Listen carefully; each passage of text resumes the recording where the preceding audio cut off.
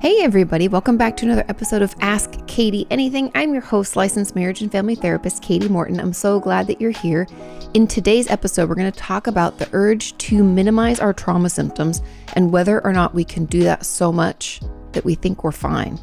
I'm also going to explain what causes us to be traumatized and why some people aren't as affected as we are.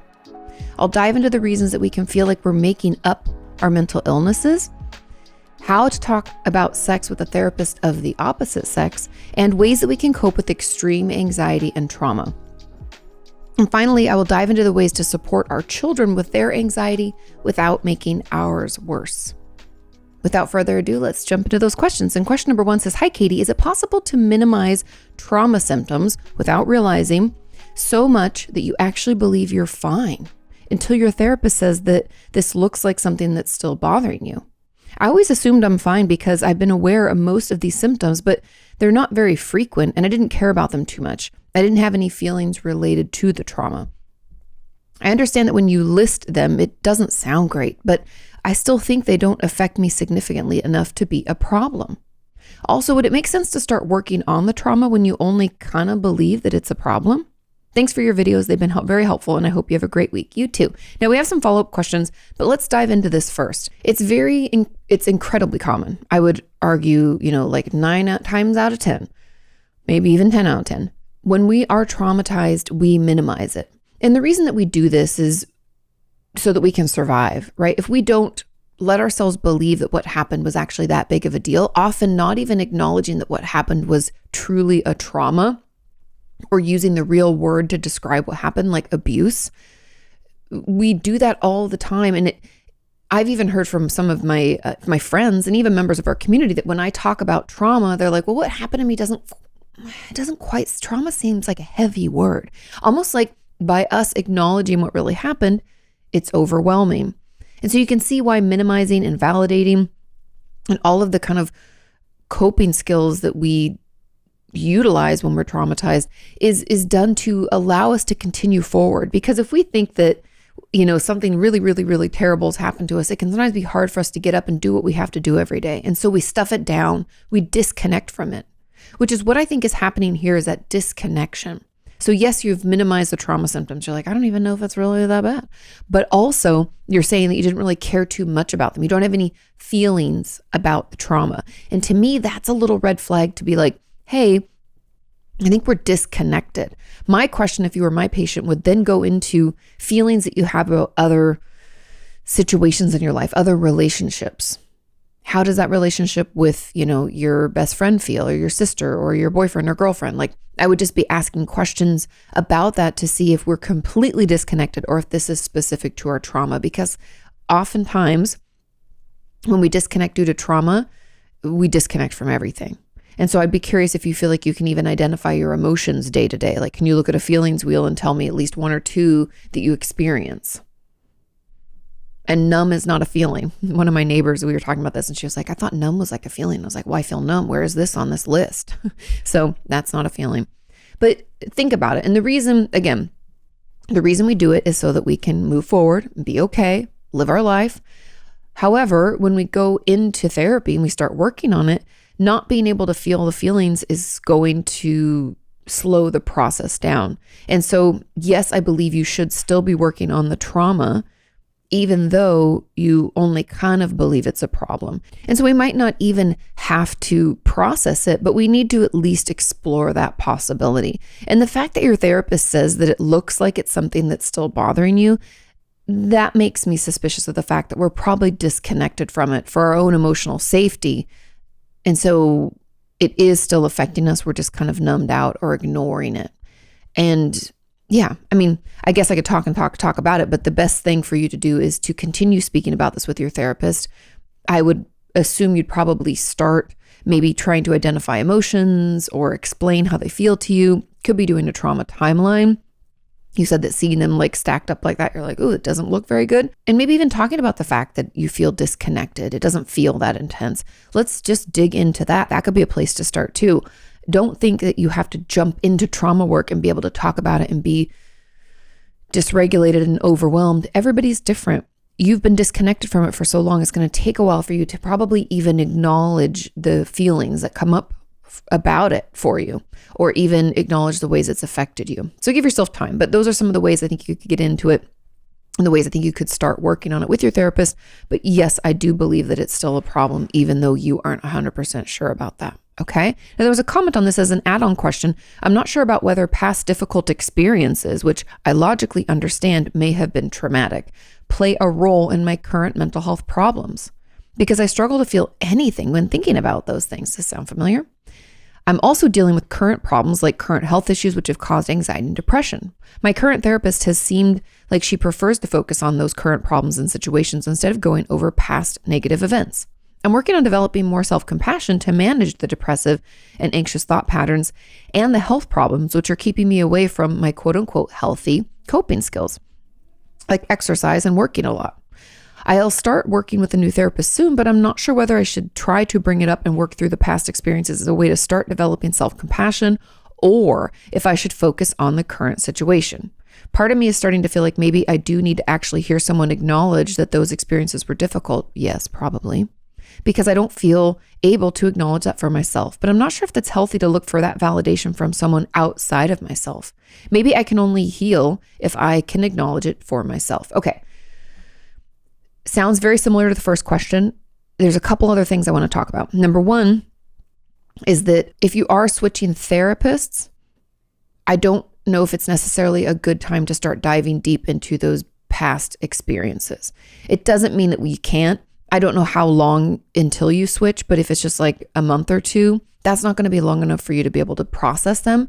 And so I don't want you to feel like you've opened up Pandora's box and then you're starting with someone new and you're like, ooh, I don't want that dysregulation to continue any longer than it has to. And so I don't think there's anything wrong with waiting until you talk to another therapist. But just for anybody out there who feels like their therapist focuses on more of the current stuff and doesn't dive into the deeper past stuff, you can say something to them. It's your therapy. It's your time. It's your treatment. Speak up and say, hey, I'd really like to dig into more of my past experiences. I feel like we focus on the present, which is helpful, but I feel like my issues are still coming from things that happened in the past. It's okay to push for that. Yes, there are types of therapy like solution-focused therapy, which is much more present-based, but that might mean that type of therapy/therapist isn't a good fit. So I am glad you're switching therapists, and that's kind of why I'm like, you might, for this particular person, you might just want to wait until you get to see somebody else, but immediately let them know that the last therapist didn't, spend any time on past experiences, and that's something that is important to you. Because we always want to make sure that our therapy is benefiting us, that it's what we need. Yes, I know, and I do want to acknowledge that therapy can be challenging, and a therapist can ask us to do things and focus on things we don't want to. Therapy shouldn't be comfortable, but we should feel like we're moving towards the goals that we have. The goal being like, I don't want to be affected by my past experiences every day, right? That's perfectly fine and acceptable. And so it's okay to advocate for yourself that way. Okay. Let me see. I want to make sure I answered everything else. Okay. I see here, if you want to bring up past experiences, or should you focus on the current situation? I think that it's a balance. I think we should be acknowledging the past experiences and working through them, maybe understanding their role in our life, how they affect us today, as well as being offered coping skills for the now. That's the balance of therapy. Processing the past so it doesn't dictate our future, but also giving us some coping skills and tools for right now, because right now is probably uncomfortable. I feel like by the time we reach out for a therapist for therapy, our current is not good. Right. And so I want to make sure you have tools for now, but don't just ignore the past. Okay. I think I got every other part of this question. And you said, I'm not sure if it's healthy to look for that validation for someone outside of myself. For starters, it's okay and it's healthy. Yes, we need to come around to the fact of acknowledging it for ourselves and being able to give that to ourselves. But there's nothing wrong or unhealthy with seeking it out from a therapist, from a professional first. Now, the problems can arise when we try to seek out that validation, that acknowledgement from like outside ourselves, from other people who aren't professionals, because that can be detrimental to our relationships. They can say things that are really harmful. It can be like more traumatizing, more upsetting. It could be seen as attention seeking, and people can be really nasty, and it can make us feel even worse. There's a lot of ways that can go awry because we can't control other people. And I'm not saying you can control a medical or a mental health professional, but I am saying that if you talk to your therapist about it, they're going to acknowledge, validate, and support, and then work with you to make it better. And so that's really the healthy place for you to seek that type of validation. So go for it. It's totally normal and part of the process. Now, there was one more add-on to this is about trauma. Is OCPD, otherwise known as obsessive compulsive personality disorder, caused by trauma, or are we born with it? Would, for example, trying to learn every single word in a language book be part of the obsessiveness? Now, the thing about OCPD, or obsessive compulsive personality disorder, is that unlike OCD, obsessive compulsive disorder, OCPD is what we call egosyntonic, meaning it feels good. We can feel somewhat superior. We actually kind of prefer to do the obsessions and compulsions. It feels good. OCD, on the other hand, is not. It's ego dystonic. It doesn't feel good. We don't like it. It's uncomfortable. We wish it would stop. Okay. So just keep that in mind. Now, could OCD or OCPD be caused by trauma? Yes. I don't know the exact percentage. I'd have to dig into research more, but yes, I do know that it can be correlated with trauma. It's not like 1-to-1, but it can be part of that because all of the obsessive compulsive disorders are anxiety driven in many ways. And we all know that anxiety / hypervigilance can kind of come along with a PTSD diagnosis. Okay, the last thing that I want to talk about here, and I kind of want to leave you with, is we can talk about genetic predispositions all we want. We can say, hey, I have a family member who has bipolar disorder or has OCD or has anxiety. And yes, that increases our likelihood, but there's also this key component we have to remember that we can have the DNA / genetic predisposition, but epigenetics that lay on top of those genes have to turn on the gene, meaning I could have a genetic predisposition for schizophrenia, let's say, but I haven't had a triggering event that has turned on that gene. I believe, and this is just me hypothesizing, and other people kind of agree with this too, that especially when it comes to schizophrenia, it's usually around 18 to 21 when men have their first, psychotic break. And females are a little bit later. Let's say, I think it's like 20 to 25 is like the average.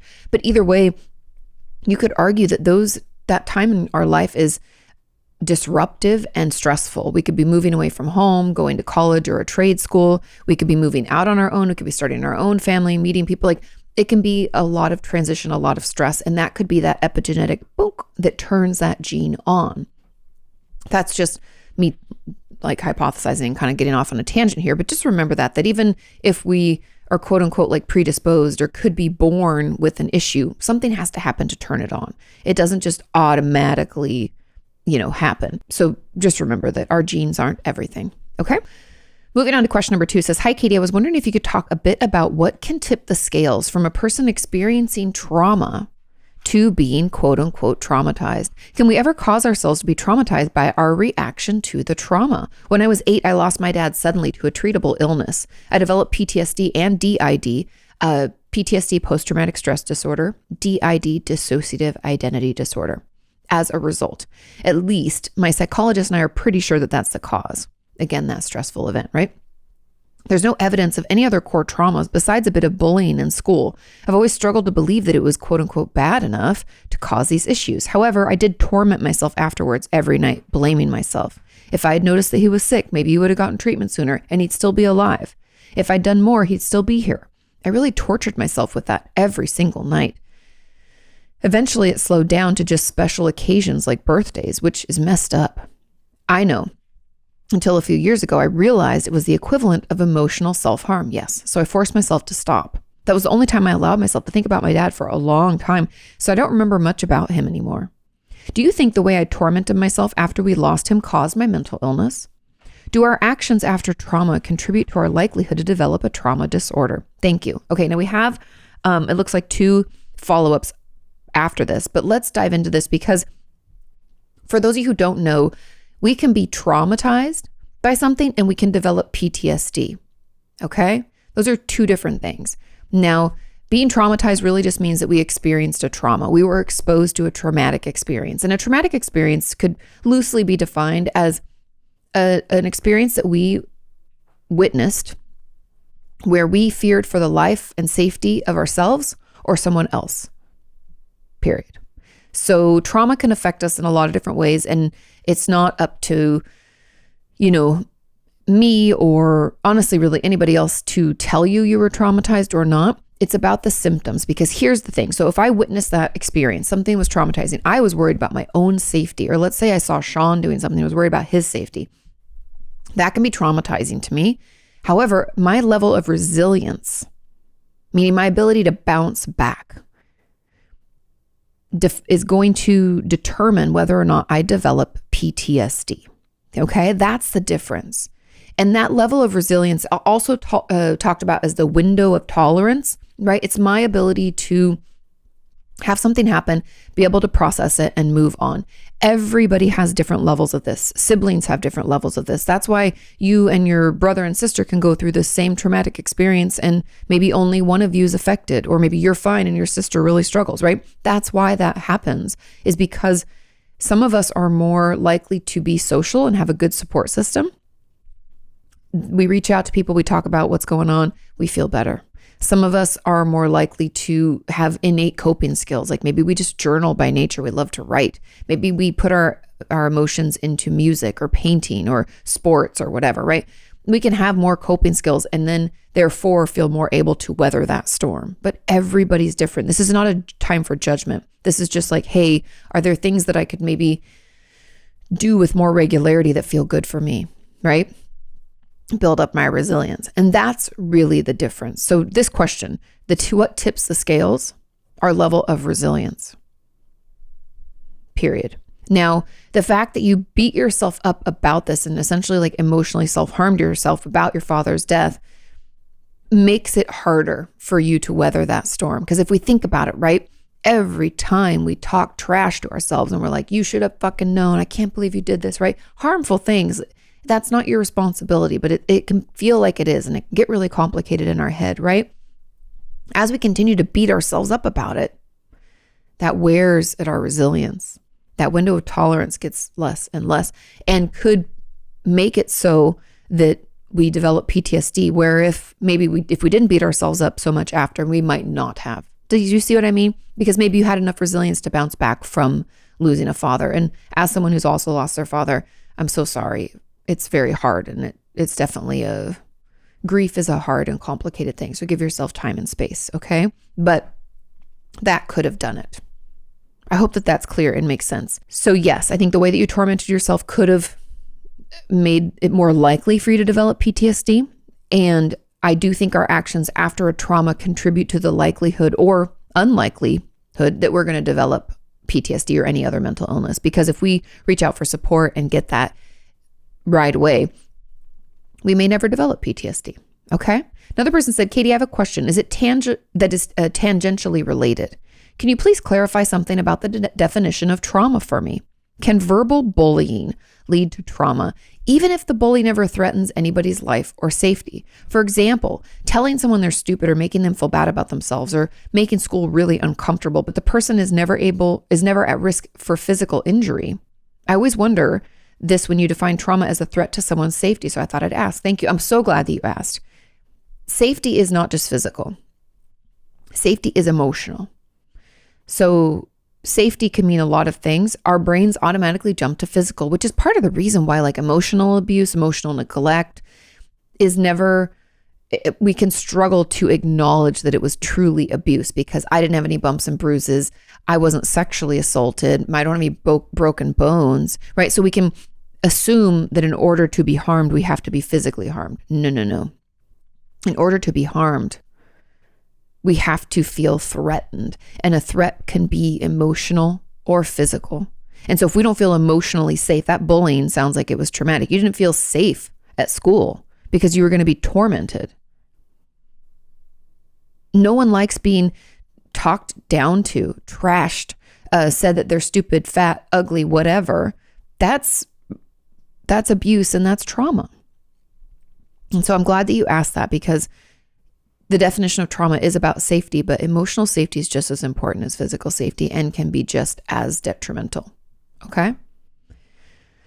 Another add-on says, how do we know that certain symptoms are PTSD and not anxiety? I'm always hyper vigilant when I'm alone at home because I fear that someone will break in. Or when I go outside, I look around often so that I don't get kidnapped. I'm also really suspicious about people touching me and about men in general, although I don't recollect any trauma. I rather fear that men will kill me if I do something wrong. That's interesting. Could something like agoraphobia or emotional neglect cause these symptoms too? What do you think? Now, PTSD is different from anxiety. They do share that hypervigilance experience can be part of an anxiety disorder. However, the difference is in PTSD, we avoid specific situations, people, places, things that remind us of the past trauma. Now, for you, you're like, I don't really remember anything, but your anxieties are very specific. It's not like, you have to remember, generalized anxiety disorder means we have uncontrollable worry about things in our life. And those things are usually broad. Like, I worry about my finances, I worry about my career, I worry about my relationships. And that worry it's just really intense. And we can't shut it off no matter how hard we try. It almost can feel like as we try harder, the worse it gets. But your fear about like men and having people touch you, that sounds a little more PTSD-like to me. That's not technically part of a diagnosis of anxiety. I mean, although we could argue like with social anxiety, like not wanting to go outside, that does sound like more agoraphobia. But I do want you to know that we can have both. We can have agoraphobia or an anxiety disorder and PTSD. But this suspicion of people touching you and thinking that men are going to kill you, those sound more PTSD related to me, because that isn't like a random anxious thought. I don't know where it comes from. I don't know if we can challenge that. I'd be very curious anyway. I'd bring that up in therapy. But my suspicions are that a lot of those symptoms are PTSD related, although some are anxiety related. And unfortunately, we can be diagnosed with both. Now, can things like agoraphobia and emotional neglect cause these symptoms? Yes, they can. And emotional neglect, by the way, is abuse and is a trauma. So that could be why. Okay. Let's move on to question number 3. It says, hi, Katie. I was wondering why I always feel like I'm making up my mental disorder. No matter how hard I try to convince myself, I always go back into the same thought. I constantly spend hours searching up why I would feel this way. And no matter how much reassurance I get, it never helps this thought go away. I always end up thinking, what if I'm just lying to myself? Or what if I've just convinced myself to believe my own lie? This makes me feel like a horrible person, and it makes it really hard to make any progress in healing because I don't even believe that I deserve to feel better from something that potentially might not exist. I feel so stuck and confused because how do I know for sure that I'm not making it all up? I've started to get really aware of all my body movements, like my shaking legs and fidgeting fingers, and now I feel like I've made that up too. My question is, how do I know that I actually even have anxiety and depression? And P.S., I'm sorry if this is so long and confusing. And also, I'm truly thankful for all that you do. You are a lifesaver. Of course, I'm glad I could be there for you. And it's not too long. It's not confusing. This is very common. A lot of people worry that they're making up their mental illness. And my question is always the same. Why would you want to make it up? How does it benefit you? Are you comfortable? Do you like it? And there you have your answer. I saw this quote recently. I shared it on my Instagram stories because it was so just poignant. It was important. And it was for ADHD people, but I think we can apply this here as well. And the quote anyways said, if you were being lazy, wouldn't you be enjoying yourself? Food for thought, right? And if you were making up your mental disorder, wouldn't you be excited about it and feel good?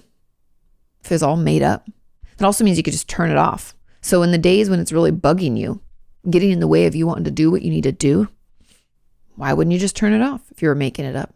Right? Sometimes we have to check our facts because having a mental illness of any kind, any level, is fucking uncomfortable and it's terrible and it ruins things that we really want to enjoy. So check your facts on that. Am I having fun? Does this feel good? Is this something I can turn on and off? Because sure, there are people out there who will fake a mental illness. Those people tend to probably be somewhere in the like narcissistic tendencies / antisocial personality disorder, what we call colloquially as sociopath. They're in that space. That percentage is very low in our world, by the way. I know everybody wants to say that they have so many narcissists in their life. They exist, but it's not everybody. You're not that person.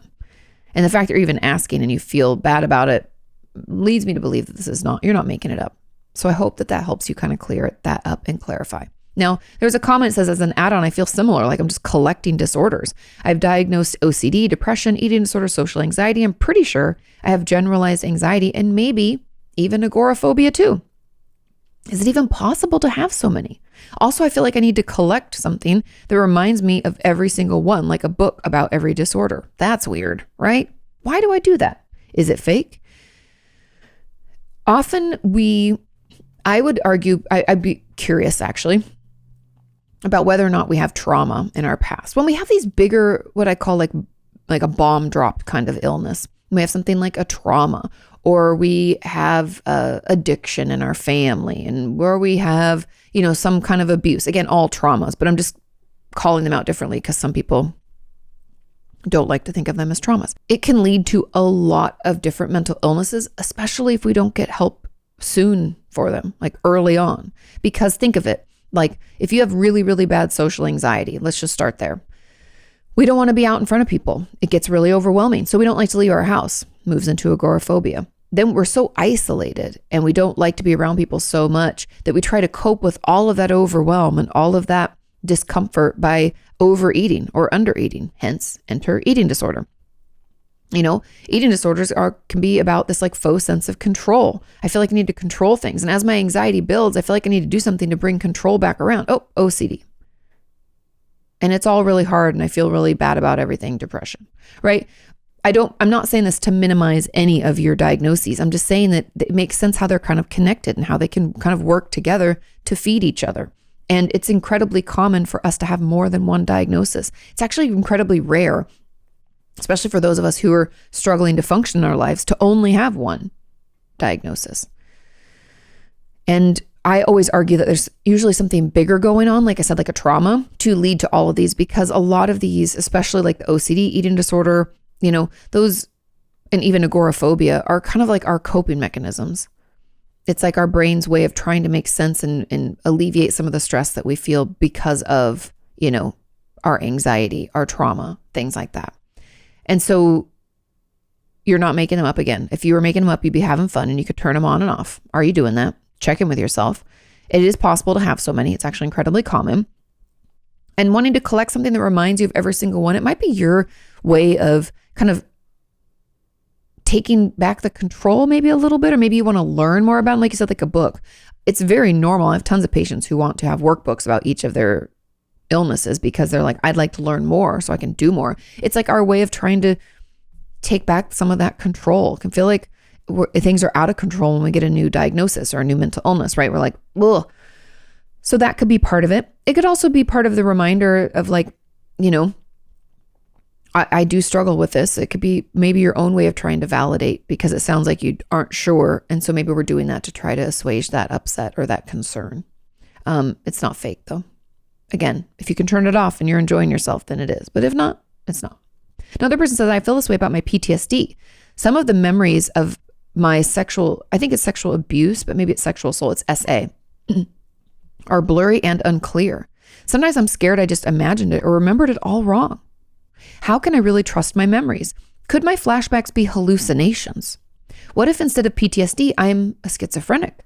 My therapist says it's clearly PTSD and that all of my symptoms are trauma symptoms, but it's so hard for me to accept that people I love hurt me that way.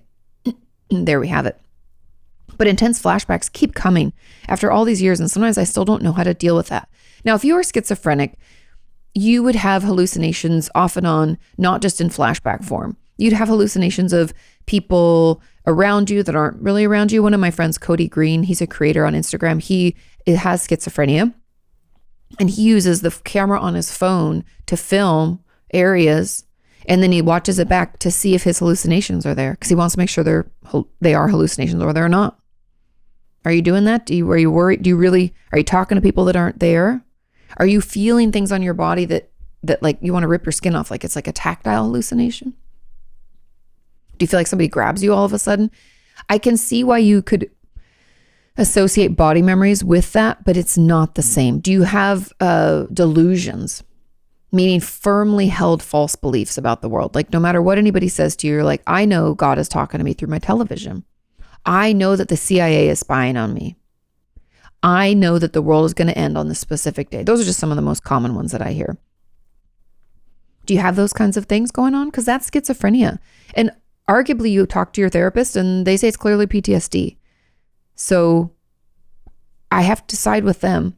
I've never had a person with schizophrenia have flashbacks as hallucinations. Or hallucinations are happening now in real time.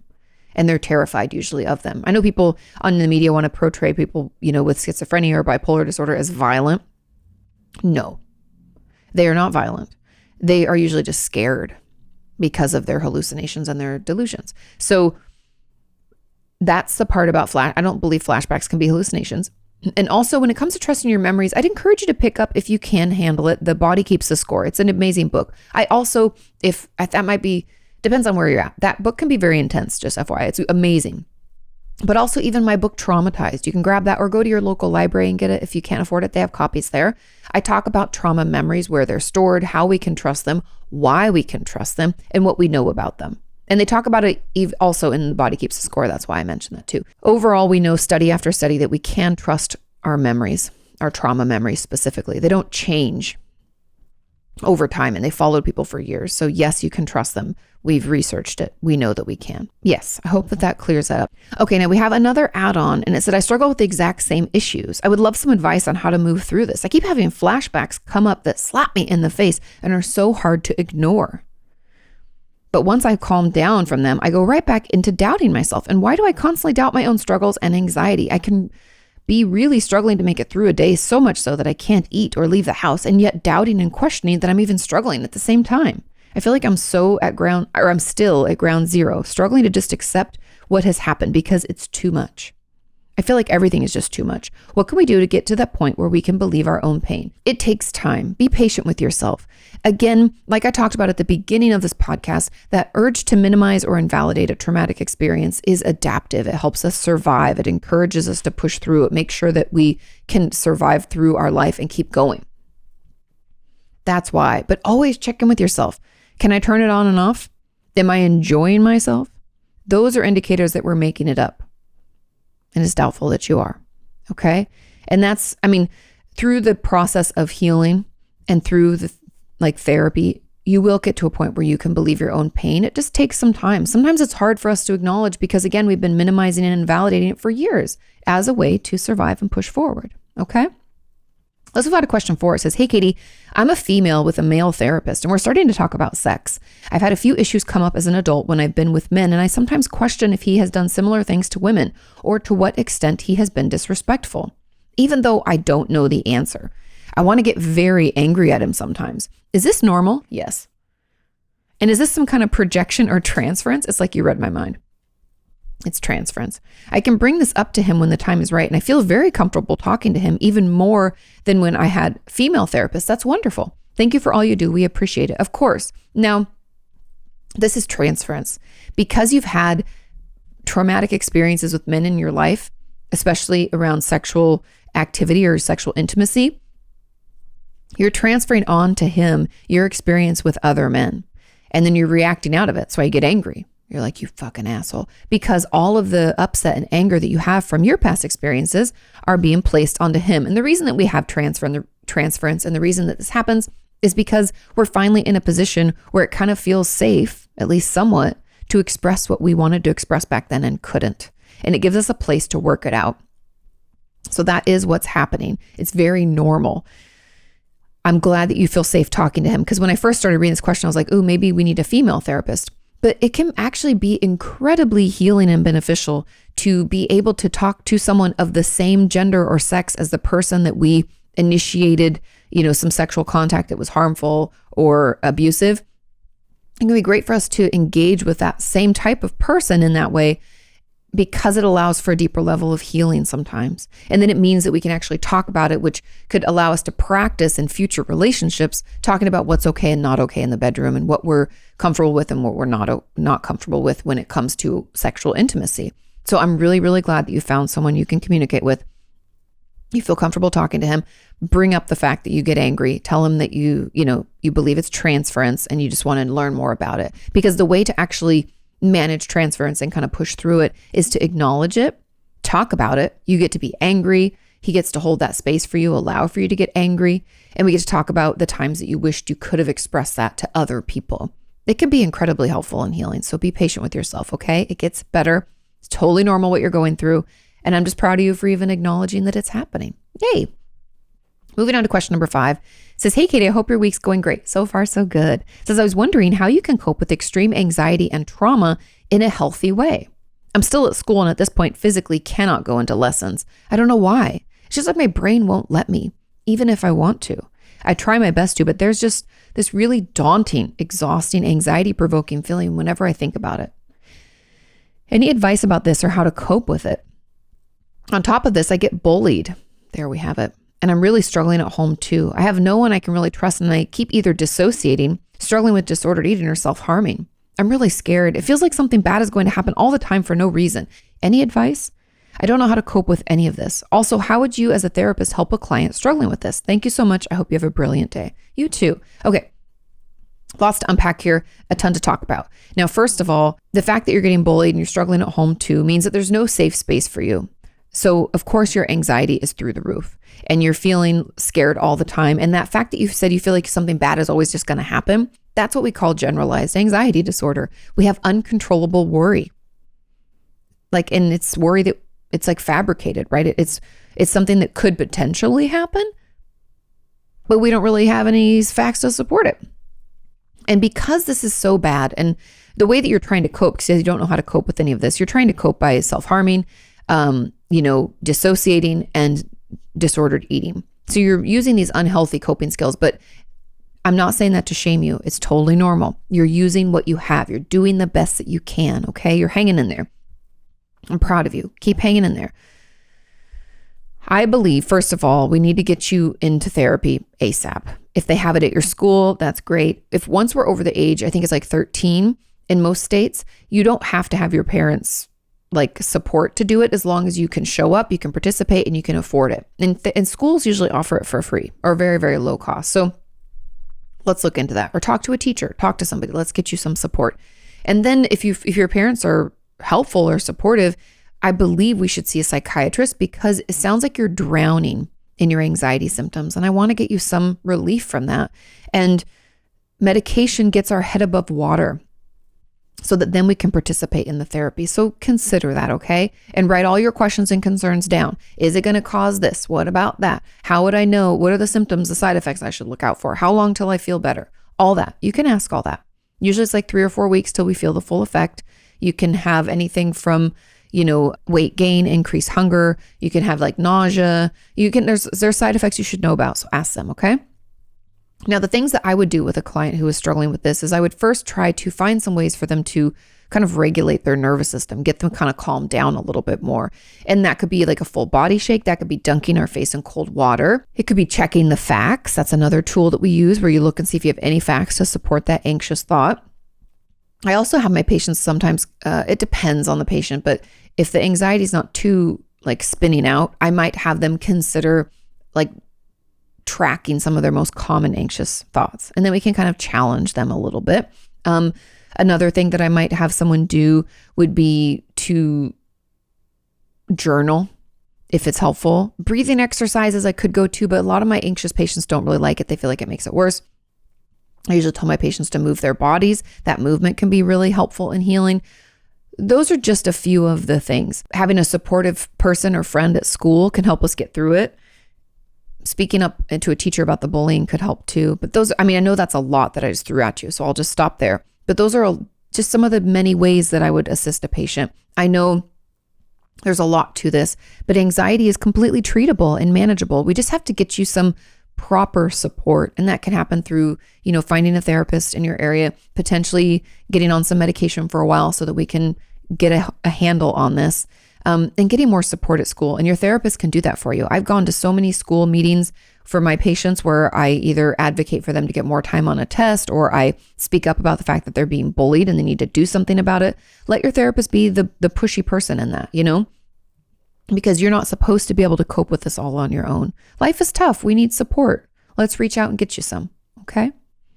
Final question number 6 says, hey, Kati, can you talk about the ways that I could help myself when I'm trying to stay calm and present when dealing with my child's anxiety, but her anxiety is only deeply triggering my anxiety? How do I work through this? I need to help her in the moment, but I struggle to not get triggered myself. Thanks for all your wonderful advice.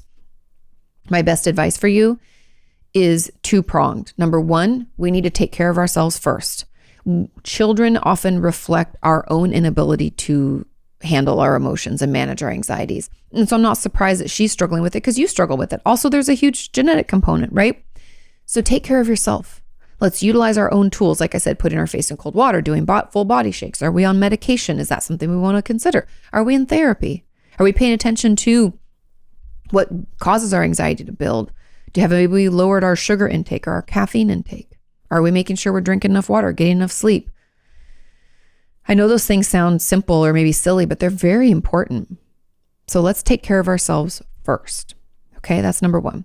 Second is to be honest with her about your experience. Now, that allows for, I know it feels like counterintuitive, like why would I tell her if I'm having a hard time? She's having a hard time.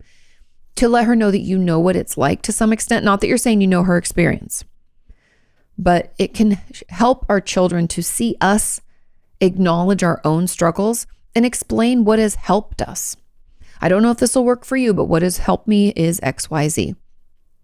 You want to try that with me? Let's full body shake together. Even if you're triggered, you can still do some of those tools together. Let's dunk our faces in cold water. Let's go for a walk around the block. Let's move this out. Blah, blah, blah, blah.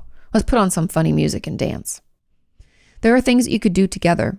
And that, I think, not only is an opportunity to connect more with your child and teach them some of the ways that could help them. You're essentially offering them coping skills at a young age. It's beautiful. But you're also helping yourself. Amazing.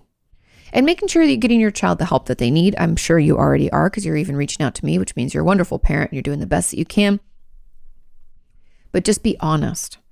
Children don't expect us to be perfect, but it's when we pretend to be perfect when we're not and we express these other symptoms that they get confused and then they don't understand and they think they're crazy. But or maybe everybody feels like this and then they don't speak up and they don't get help. So let's use that and see if that can help things a little bit, okay? And this doesn't mean you have to overshare or dump on your child. That's not it either. But just letting them know, hey, I struggle with this too. These are the things that work for me. And another key piece, and kind of the last bit I want to leave you with, is that if our child, or even a friend, anybody in our life, but in this specific case, let's talk about children. If a child reaches out and says like, hey, mom or dad, I'm having a hard time. I feel uncomfortable. I feel like I'm depressed. I feel like I'm anxious, blah, blah, blah. Whatever terms they put to it, it's okay to ask them, hey, do you want me to listen to let you vent? Or do you want me to listen to help you? Do you want me to listen to fix? Or do you want support or do you want assistance? Another good question, right? There's different ways we can ask it. You can ask it however, but it's really important for us to sometimes check in with that because a child might be just wanting to vent and needing us to say, yeah, that's really hard. I'm so sorry. A friend might also want that, or they also might want some tangible tips and tools like, hey, I'm drowning here, help me. So ask before offering. Because we don't want to assume and then push them away by them thinking that we think we know better or we can do better or we just want to fix it and make them go away. We don't want to do that either. So check in with your child and see what they're needing. But let's also utilize this as a way to engage and connect more with our child. Help them see us as a real person, right? Struggling too. We don't have all the answers, but we can work together to feel better. Okay? Thank you all so much for listening and watching. Thank you for sharing this podcast. It really does help. Have a wonderful, wonderful rest of your week. Do your homework, and I'll see you next time. Bye.